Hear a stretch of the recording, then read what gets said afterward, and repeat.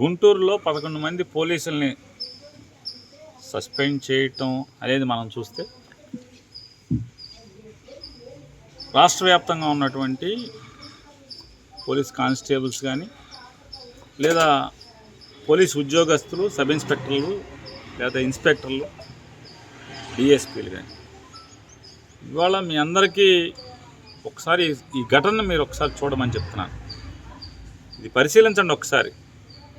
వెనకటికి ఎవరో చెప్పిన సామెతగా పెద్దలు చెప్పినట్టుగా నిలబడి దంచినా ఎగిరెగిరి దంచినా చంద్రబాబు ప్రభుత్వంలో పనిష్మెంట్లు వాడుకుని వదిలేయటం అనేది సర్వసాధారణమైన విషయం అనేది ఇవాళ ఈ గుంటూరు పోలీసుల సస్పెన్షన్ మనకి కళ్ళకు కట్టినట్టు కనపడుతుంది. కాబట్టి రాష్ట్ర వ్యాప్తంగా ఉన్నటువంటి పోలీసు అధికారులందరూ కూడా మరీ ప్రత్యేకించి ఎస్ఐలు, సిఐలు ఒకసారి గమనించుకోండి.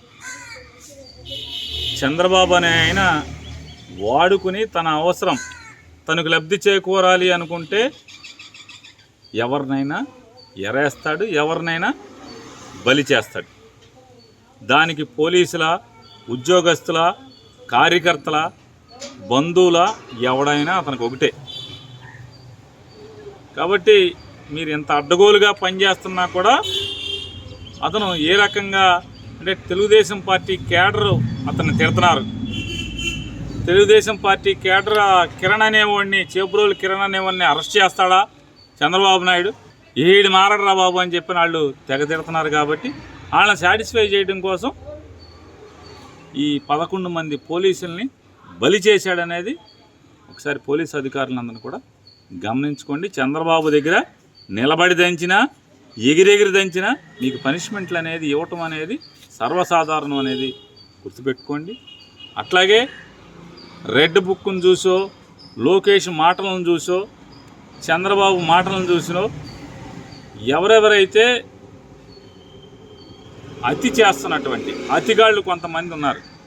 అసభ్యంగా వీడియోలు పెడతాం, అసభ్యంగా ఉండటం, లేదా దొంగ కేసులు పెట్టడం, వైఎస్ఆర్ కాంగ్రెస్ పార్టీ కార్యకర్తలను వేధించటం, కొడటం, తిడటం, ఇట్లాంటివి చేసేటువంటి కూటమి కార్యకర్తలు కూడా కాస్త జాగ్రత్త పడండి. ఈ తండ్రి కొడుకులను నమ్ముకుంటే, పవన్ కళ్యాణ్ నమ్ముకుంటే మీకేం గతి అవుద్దు అనేది మనకు పెద్దగా అర్థం కావాల్సిన పని లేదు. ఈ పోలీసులను చూస్తున్నాం కదా. కాబట్టి మీరు హుందాగా ప్రవర్తించండి.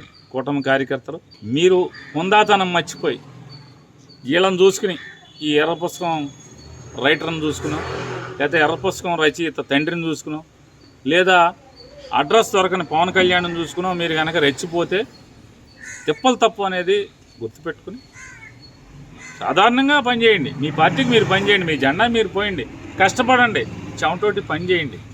కానీ మీకే విలువ లేదు.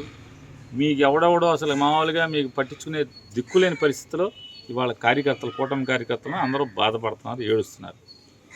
ఎవడ పని ఎమ్మెల్యేలు దోచుకునే పనులు ఎమ్మెల్యేలు ఉన్నారు, అలాగే మంత్రులు దోచుకునే పనులు మంత్రులు ఉన్నారు, తండ్రి కొడుకులు దత్తపుత్రుడు దోచుకునే పనులు ఆడు ఉన్నారు. ఎవడ దోపిడీ ఆడితే తప్పితే జెండా మోసిన కార్యకర్తలు ఏంటనేది వాళ్ళకి పట్టించుకునేటువంటి తీరిక లేదు, పట్టించుకునేటువంటి మనసు లేదు. కాబట్టి కాస్త నేల మీద ఉంటే బెటర్. ఎగిరెగిరి పడి లేదా నేల మీద కాకుండా ఆకాశంలో నడమంత్రపు సిరితో మీరు కనుక ప్రవర్తిస్తే ఖచ్చితంగా తిప్పలు తప్పు అనేది కూడా గుర్తుంచుకోమని చెప్పని ప్రేమపూర్వకంగా చెప్తున్నాను.